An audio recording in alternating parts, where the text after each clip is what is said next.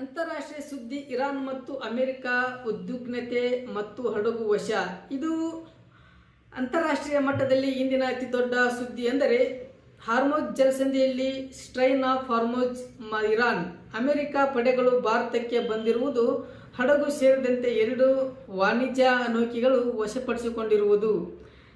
ಇದು ಇರಾನ್ ಮತ್ತು ಅಮೆರಿಕ ನಡುವೆ ಉದ್ವಿಗ್ನತೆ ಹೆಚ್ಚಾಗಿದ್ದು, ಅಧ್ಯಕ್ಷ ಡೊನಾಲ್ಡ್ ಟ್ರಂಪ್ ಸಮಯ ಕಾಪಾಡುವಂತೆ ಎಚ್ಚರಿಕೆ ನೀಡಿದ್ದಾರೆ.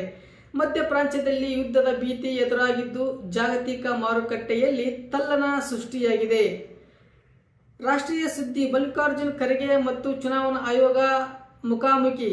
ದೇಶದ ರಾಜಕೀಯ ವಲಯದಲ್ಲಿ ಕಾಂಗ್ರೆಸ್ ಮತ್ತು ಅಧ್ಯಕ್ಷ ಮಲ್ಲಿಕಾರ್ಜುನ್ ಅವರ ಹೇಳಿಕೆ ಭಾರೀ ಸಂಚಲನ ವ್ಯಕ್ತ ಮೂಡಿಸಿದೆ. ಪ್ರಧಾನಿ ನರೇಂದ್ರ ಮೋದಿ ಒಂದು ಹೇಳಿಕೆ ಸಂಬಂಧಿಸಿದ ಕೇಂದ್ರ ಚುನಾವಣಾ ಆಯೋಗವು ಖರ್ಗೆ ಅವರಿಗೆ 24 ಗಂಟೆಗಳ ಗಡುವು ನೀಡಿದೆ. ಇದು ರಾಜಕೀಯ ಸಂಚಾರಕ್ಕೆ ಕೆಸರಾಟಕ್ಕೆ ಕಾರಣವಾಗಿದ್ದು, ಸೋಷಿಯಲ್ ಮೀಡಿಯಾದಲ್ಲಿ ಭಾರಿ ವೈರಲ್ ಆಗುತ್ತಿದೆ. ತಂತ್ರಜ್ಞಾನ ಮತ್ತು ಭದ್ರತೆಯಲ್ಲಿ ಪ್ರಜ್ಞಾ ಸ್ಯಾಟಲೈಟ್ ಸಿಸ್ಟಮ್. ಇದು ಭಾರತದ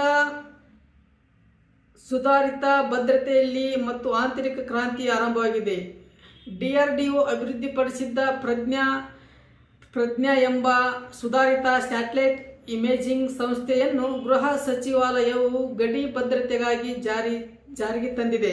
ಇದು ರಿಯಲ್ ಟೈಮ್ ಶೋನಲ್ಲಿ ಶತ್ರುಗಳ ಚಲನಚಿತ್ರವನ್ನು ಪತ್ತೆ ಹಚ್ಚಲು ಸಹಕಾರಿಯಾಗಲಿದೆ.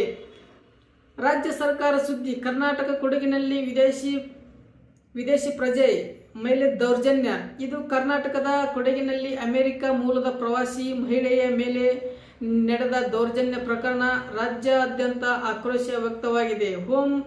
ಹೋಮ್ ಸ್ಟೈಲ್ ಮಾಲೀಕ್ ಮತ್ತು ಸಿಬ್ಬಂದಿಯ ಪೊಲೀಸರು ಬಂಧಿಸಿ ಪ್ರವಾಸೋದ್ಯಮ ರಕ್ಷಣೆ ಬಗ್ಗೆ ಚರ್ಚೆ ನಡೆಸಲಾಗಿದೆ. ಇದು ಕ್ರೀಡೆ, ಸಿನಿಮಾ, IPL ಹವಾ ಮತ್ತು ಸೆಲೆಬ್ರಿಟಿಗಳ updates. IPL section 2026 risers Hyderabad ತಂಡದ ಭರ್ಜರಿ ಬ್ಯಾಟಿಂಗ್ ಮತ್ತು KL ರಾಹುಲ್ ಅವರ ರಣತಂತ್ರಗಳ ಕ್ರೀಡಾ ಪ್ರೇಮಿಗಳ ಭಾರಿ ಚರ್ಚೆಯಾಗುತ್ತದೆ.